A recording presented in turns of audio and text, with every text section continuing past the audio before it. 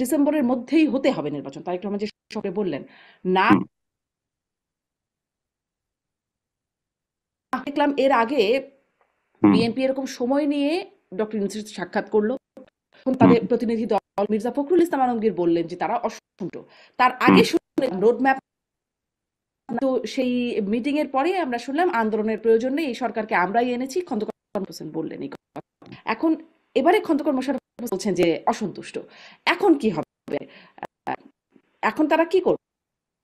এখন আমার মনে আছে যে আপনাকে আরেকদিন আমি এই শোতে, আপনার শোতে বলেছিলাম বিএনপি তখন ভুল করেছিল।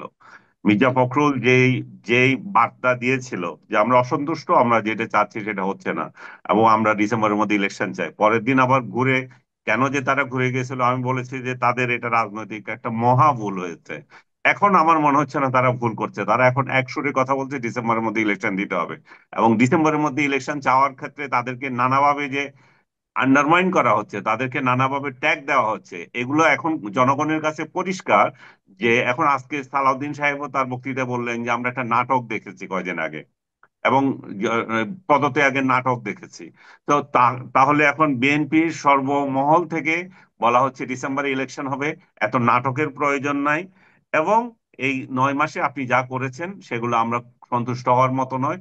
সামনে জুন, ডিসেম্বর থেকে জুন পর্যন্ত যদি যায়, দেশের অবস্থা যে কি পর্যায়ে যাবে আপনারা, আমি এই কথাটা বহু আগে বলেছি যে কেন উনি জুনে যেতে চান, যেখানে যেখানে এর আগে দিতে পারেন।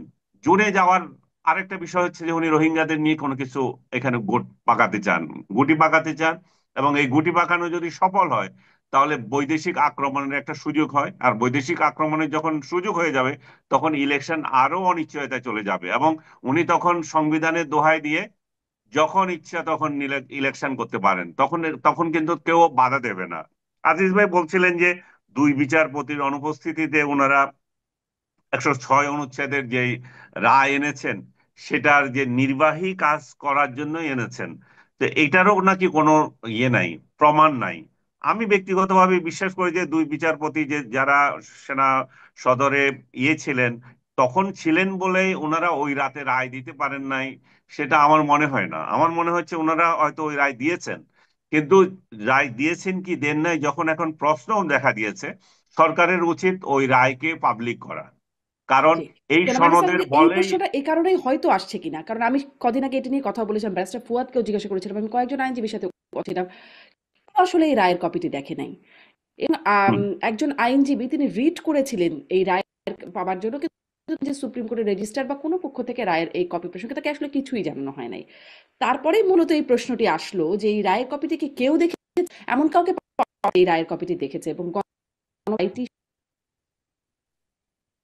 হ্যাঁ, হয়েছে।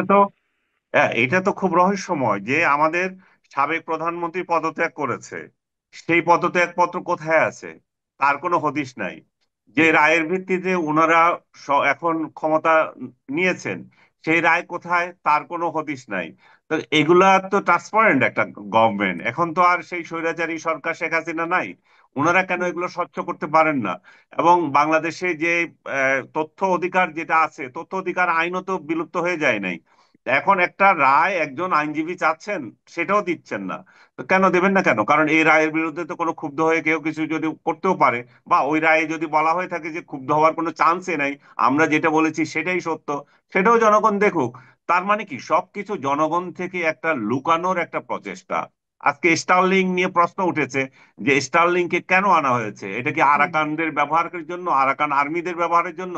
সেই প্রশ্ন তো আরো আরো আরো ক্লিয়ার, কারণ হচ্ছে যে আপনি সারা দেশে নাই, আপনি নিয়ে গেছেন সেটা বান্দরবন, এটা পাহাড়ি অঞ্চলে, যেখানে নন স্টেট অ্যাক্টররা অ্যাক্টিভ, ইন্ডিয়া, বাংলাদেশ এবং মায়ানমারের। সেই জায়গায় কেন এটা দরকার হয়ে গেল আপনার স্টারলিংকের? স্টারলিংক ছাড়া কি বাংলাদেশ চলছিল না? এবং স্টারলিংক আমাদের কি সুবিধা দিয়ে দিচ্ছে? স্টারলিংক নিজের মতো করে চলতে পারবে বলছে, এরপরে তারা সরকারি ইয়েতে যুক্ত হবে 2 মাস না 1 মাস পরে। তো এর মধ্যে যদি যে সমস্ত অপকর্ম করবে, তার দায়িত্ব কে নেবে?